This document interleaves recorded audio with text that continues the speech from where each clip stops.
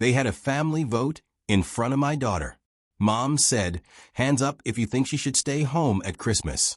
Everyone raised their hand. My girls sat there watching them. I just said, "Got it." A week later, when I refused to co-sign the $358,000 mortgage for their favorite child, Dad showed up shaking, yelling on my porch. I walked into my parents' dining room carrying a store-bought pecan pie because Mom had texted, "Don't bring anything complicated," which was her way of saying, "If you cook, we'll complain." My daughter, Grace, 12, held a folded paper snowflake she'd cut in the car. She'd been quiet the whole ride. She always got quiet on the way to my family's house. The table was already set for 12. There were name cards Mom printed every year in a looping script. Mom, Dad, Liam, Emma, Aunt Val, Uncle Rob, Nana, Papa, Tyler, Mia, baby, and guest. There was no card for me or my kid. I pretended not to see it. I was used to being the extra chair pulled in from the garage. We'd been there 10 minutes when Mom tapped her wine glass with a butter knife and said, "Okay, quick family vote." She smiled like it was a game. "We need to clear up expectations for Christmas Eve. Hands up if you think Grace should stay home this year, since it's, mostly for the little cousins." It took a second for me to understand the words. Then 10 hands went up. No pause like muscle memory. Even Dad's. Even my sister Emma, who was already making a plate from the appetizer board. Grace sat on the piano bench in the corner, snowflake in her lap, watching their wrists lift. No one looked at her. I looked at her. My throat closed. I heard the clock over the stove tick like it was inside my head. Mom shrugged, still smiling. "It'll be hectic, honey. Better for her to relax at home. We'll FaceTime you." I felt my hands tremble. I said one word. "Got it." I took the pecan pie to the kitchen island and set it down next to the cake with my nephew's name piped on it. I didn't argue. I didn't make a scene. I didn't trust my voice. Grace slid the snowflake into her pocket and asked if she could help set out napkins. Mom said, "That's sweet, but we've got a system." And shoot her back to the bench. I should have taken her hand and walked out. I didn't. Not yet. I'm 40, live in Columbus, Ohio, and work as an HVAC tech. I'm not fancy, but I'm steady. I do clean installs. I fix what people ask me to fix. And I show up when I say I will. I share a small ranch house with my daughter. 3 bedrooms, 1 bath, beige siding that fades every winter and makes a weird whine in the wind I keep meaning to fix. I got full custody when Grace was 6. Her mom moved out of state and sends birthday cards. That's its own story. I make enough to keep the mortgage paid and the fridge filled and 1 week of camp each summer. In my family, I'm the reliable one. Translation, I'm the wallet with legs. When Dad's truck needed a transmission, he called me before he called the shop. I wired $2,100 to his account labeled Dad Huntington because he couldn't figure out Zelle. When Mom wanted a new washer and dryer because the old seat socks, I used my Lowe's card and let her pay me back at $20 a month until she forgot. When Emma redid her kitchen, I spent a weekend moving her gas line for free and covered the inspector's permit fee because she said, "We're drowning, Danny." When Liam started his craft beer phase and needed kegerators for his launch event, I put them on my credit card as support. I sent Mom $150 every Friday for years to help with Nana's prescriptions. When the power got shut off at my parents' house during a cold snap, I paid the whole balance online in the van between calls and sent Mom the confirmation code. She said, "You're a lifesaver. You'll get it back at Christmas." I never did. They always said, "Thank you." They never wrote it down. That's how it's always been. With Grace, it's different. She's been an accessory in their house. Cute when she is quiet, a burden when she isn't. No one was cruel in the way that makes a scene. It was 1,000 paper cuts. They forgot to put her name on the cousin gift exchange. She sat and watched other kids unwrap. They took a family photo last 4th of July and told us to wait for the next one. It never came. At Thanksgiving, Mom played the kids' table with name tags and set a folding chair at the end for guests. That's where Grace sat me knocking the card table leg. Once she drew Nana a card and Nana said, "You're so good for not making a mess." then set the drawing under a sweating glass of iced tea. I told myself it didn't matter. I told myself I was modeling grace by not taking the bait every time. My name is literally Daniel, but everyone calls me Danny. Maybe that's the joke. We were always invited to things, then told the rules after we arrived. I paid. I shut up. I thought they'd notice eventually. What happened at that dinner wasn't a surprise. It was just the first time they raised their hands. They did it in front of my kid. That's what snapped something in me. After the vote, Mom moved on like we just settled where to put the coats. Great. So, it'll be just the babies on Christmas Eve. Less chaos. Danny, you'll bring that folding table. Liam, you handle the playlist. We'll FaceTime Grace, of course. Got it, I said again. I walked Grace to the car when dessert came out.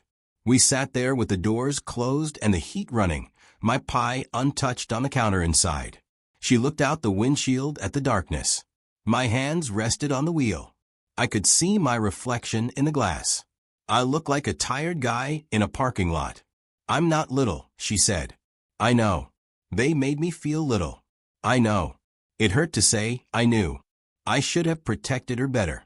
I promised myself in that parking lot that I would. A week later, Mom called at 9:07 a.m. I was parked outside a job, a heat pump replacement on a house that backed up to a creek. She said, "Quick question, sweetie. Don't say no before you hear me out." I closed my eyes. What's up? It's about Emma and Tyler's pre-approval. They found the perfect place in Upper Arlington. 3 bedrooms, fenced yard, schools are amazing. But the bank is being such a pill about the student loans. It's $358,000, which is honestly a steal. All they need is a cosigner for a year, maybe 2. You have the best credit, you know that. She laughed like it was a compliment. It won't cost you anything, Danny. It's just a formality. I looked at the job ticket. I looked at the photo of the old heat pump on my iPad. I looked at my hands, the cracked knuckles, the nail I'd slammed 2 days earlier installing a condenser fan blade. A year or 2, just a formality debt that would be on my back if anything went sideways. And once again, I'd be helping. The same week, they voted my kid off Christmas. My mouth went dry. I could hear myself breathing. She filled the silence. They already have the loan officer lined up. I gave him your email. He said he'd DocuSign you the packet this afternoon. Her voice turned syrupy. You're such a good brother. We'll take so much pressure off you when we're in the new place. Imagine Christmas there. Oh, except Grace is staying home, but we'll work around it. It's going to be beautiful. I pictured Grace on that piano bench. I pictured 10 hands in the air. Mom, I said yes. She was already in that fake, grateful tone. No. She laughed, a quick barking sound. Danny, don't. No, I said again. I won't co-sign. Silence. Then she hissed my full name like I was 9. Daniel, stop being dramatic. It's not dramatic. It's protecting my child and myself. You're punishing Emma because of some misunderstanding at dinner. I'm setting a boundary because of a pattern, I said, and I surprised myself with the calm in my voice. And because I don't want a $358,000 debt tied to me for the next 30 years. It's not 30. Oh my God, you always make everything about money. That was rich. The DocuSign is coming, she said tightly. Just click, Danny. Don't make this a whole thing. It's already a whole thing. I hung up before she could say more. My hands were shaking worse than they had at the vote. At lunch, the DocuSign packet came through. The email subject line said, "Please sign conventional mortgage borrower 2." My name was in the salutation. The loan officer's signature block had a smiling headshot. The amount $358,000. Term 30 years. There were boxes for initials on every page. I opened it. I scrolled all the way to the end. There was a big blue button. Finish. I clicked decline to sign. A prompt asked for a reason. I typed, "I will not co-sign this mortgage," and hit submit. A red banner appeared. Document declined. I took a screenshot. I took 3. I forwarded the decline confirmation to my own email, then saved the PDF to my records folder next to the power company receipt and the transmission invoice, and a dozen other receipts for things I'd paid for the people who never sent receipts back. Then I texted Emma and Tyler a single message. I'm not your cosigner. I put my phone face down and went back to the heat pump. The old unit groaned and died cleanly into my cart. It felt like a message in a language only I could hear. The fallout started fast. Mom called 5 times before 3 o'clock p.m. She left a voice message on the second call that started polite. We just need to talk, honey. And by the end, she was crying and saying she'd never asked me for anything. On the 4th call, she sounded furious. You don't get to punish the whole family for your choices. Grace isn't even. She stopped herself the way she always stopped herself when she was about to say something that gave away the whole game. This is so unlike you. Emma texted a paragraph about timelines, and we already gave notice to our landlord, and you said family first. Tyler's text was shorter. You're screwing us. He added a middle finger emoji, which I took as gratitude that he kept it to 1. Dad didn't text at all. He never did. He just showed up. I was washing dishes after dinner when I saw his truck in the driveway. The one I'd helped save with a new transmission. The porch light held snow in its cone like glitter. He got out of the cab with his jaw clenched, shoulders tight. He knocked 3 times hard. A cop knock he perfected when we were kids. Grace was at the table with her math notebook. She looked up so fast her pencil rolled onto the floor. It's Grandpa, I said. My voice was even. Go to your room for a bit. Okay. She went without arguing. That's how I knew she'd been holding her breath for days. I opened the door and leaned against the frame so he couldn't walk past me. What are you doing? He said. His hand shook. He wasn't used to the cold anymore. Or maybe it wasn't the cold. Hi, Dad. Don't hide me. He jabbed a finger toward my chest. You embarrassed your mother. You embarrassed your sister. She cried. Are you proud of yourself? I declined to co-sign a mortgage. That's all I did. You've always been the steady one. You know that. You step up. That's your role. Not anymore. He scoffed. Over a Christmas misunderstanding. Grow up. You had a family vote to exclude my kid. I said right there at the table. Hands up. No debate. And you raised yours. He flinched. That's what this is about. You're going to blow up your relationship with your entire family over a holiday. It's not about a holiday. It's about what you told my daughter with your hand. You told her she doesn't count. I'm not funding a family my kid isn't part of. He stared at me like I'd spoken another language. You're holding us hostage with your money. I laughed short and ugly. I've been held hostage with my money for 10 years. His jaw worked. You don't talk to your father like that. Then don't talk to your son like I'm an ATM. We stood there for a long minute. His breath came out in white bursts. Behind him, the snow fell harder. On our street, a neighbor's inflatable Santa collapsed in slow motion. He tried one more angle. Your sister is a good person. She deserves that house. That's fine. She can deserve it with her own loan. Something in him curdled. He started to shout words that wouldn't stick to the walls because they didn't have enough truth. Ungrateful, disloyal, influenced by that kid, he said, and I felt my hands curl in my pockets, not into fists, but into fists around my phone. I thought about recording him. I didn't. I let him finish. When he paused to catch his breath, I said the line I practiced on the way to the door. Dad, this is simple. I'm not your backup bank. He blinked. He took a step back. He looked past me into my living room at the IKEA couch I bought used, at the tree Grace had decorated with paper rings and a crooked star, at the 2 empty dining chairs that matched nothing else because I'd found them on Facebook Marketplace for $5 each. Maybe he saw for the first time that I lived here, not in his idea of me. You'll regret this, he said finally. Maybe, I said, but I won't regret protecting Grace. He went down the steps, shaking his head, got into his truck, and backed out too fast, wheels spinning over a thin layer of ice.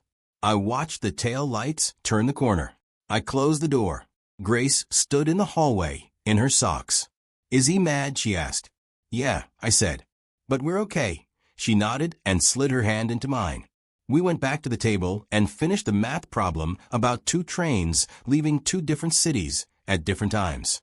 I told her the trick is to be clear about your starting point.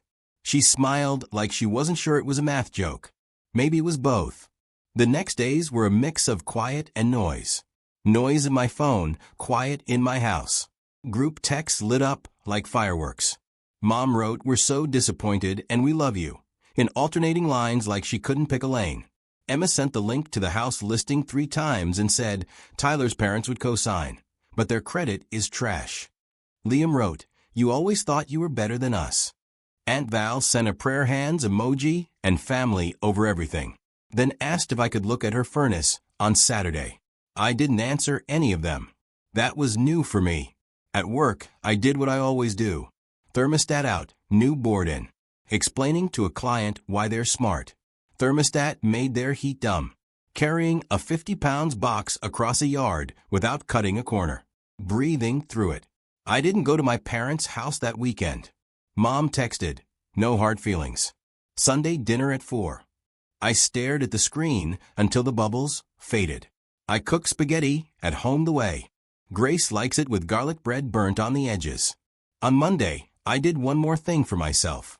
I set up a folder in my email labeled Family Financial, and I dragged every receipt, every Zelle transfer, every bill I'd paid into it. It wasn't petty. It was the first time I'd put my own life in order with them in mind. I did not cancel the $150 Friday transfers yet. I know the rules, one boundary at a time if you actually wanted to stick. My line was the mortgage. I would hold to that line. The rest would come in its own season. Meanwhile, real life kept moving. Grace had a winter concert at school.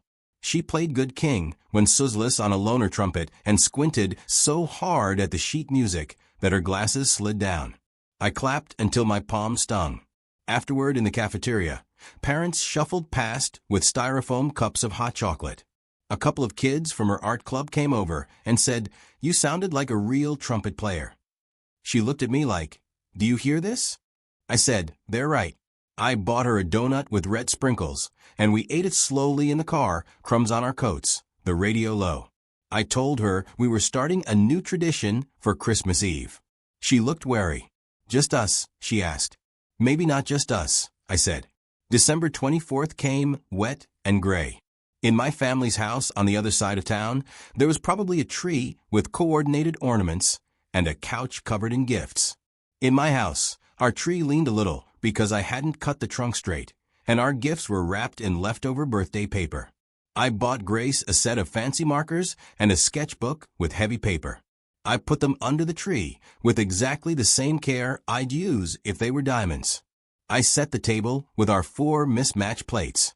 I put those 2 $5 chairs where guests would sit if we had any.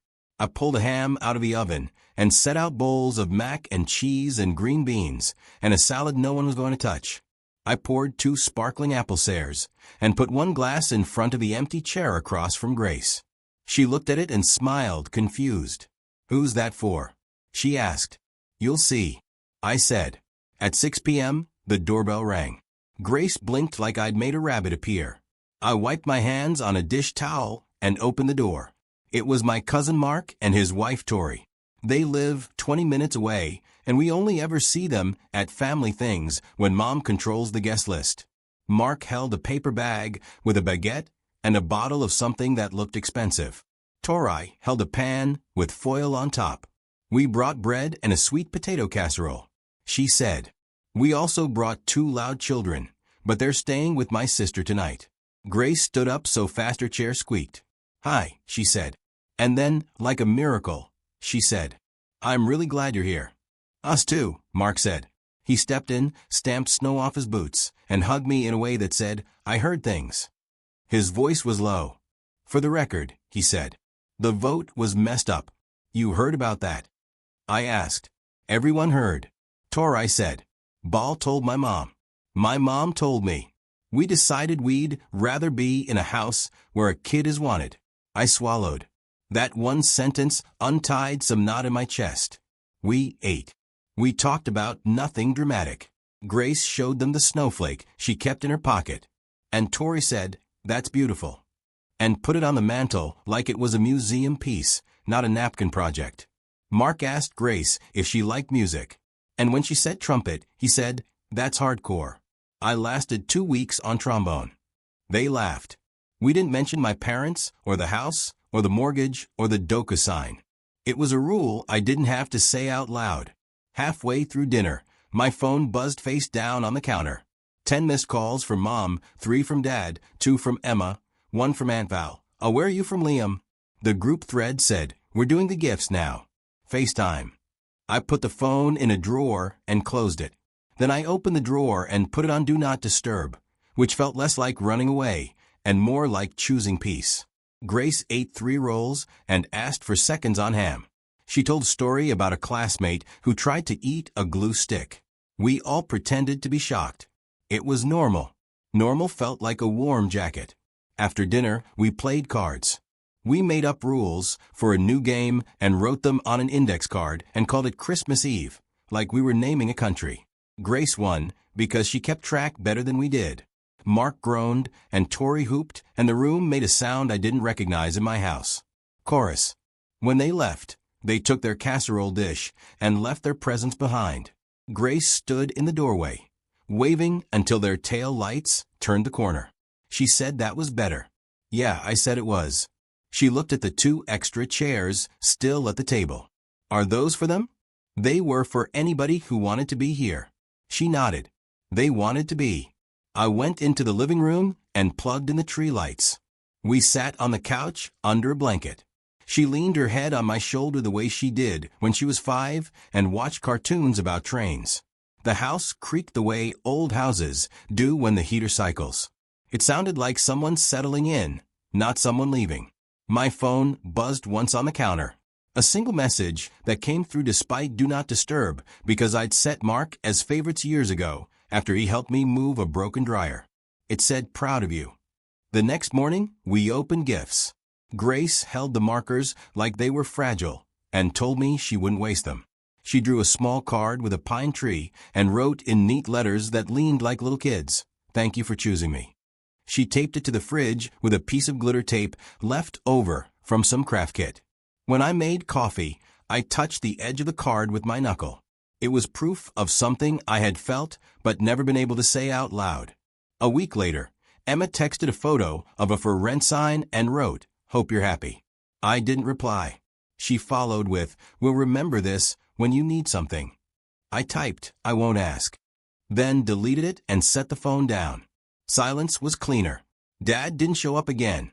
Mom sent a framed picture of the cousins from Christmas Eve with a note, "Wish you were here."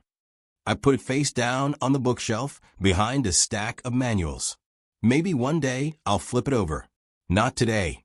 On New Year's Day, I went for a walk with Grace in the park by the river. The air bit our cheeks. She tucked her mittened hand into my elbow the way old couples do. We watched geese skate on thin ice and decided it was the dumbest ballet. She told me she'd signed up for Art Club's spring fundraiser, making cards for people in the neighborhood. "I'll make one for Nana," she said. "You don't have to." "I want to," she said. Even if she puts her drink on it, we laughed. It wasn't bitter. It was a release valve. I realized I'd been waiting for a consequence to swallow us whole.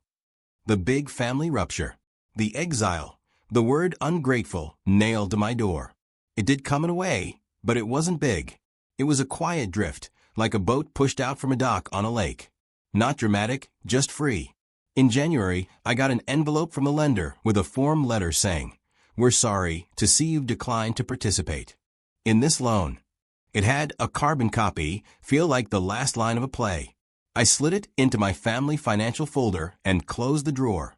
I made one more choice that month that felt small but solid. I went into my bank app and renamed my Friday transfer Nana's meds to Friday gift. I wanted better words for what I give. I left the amount the same. I'd keep paying it until I decided otherwise, because that was my decision to make, not Mom's.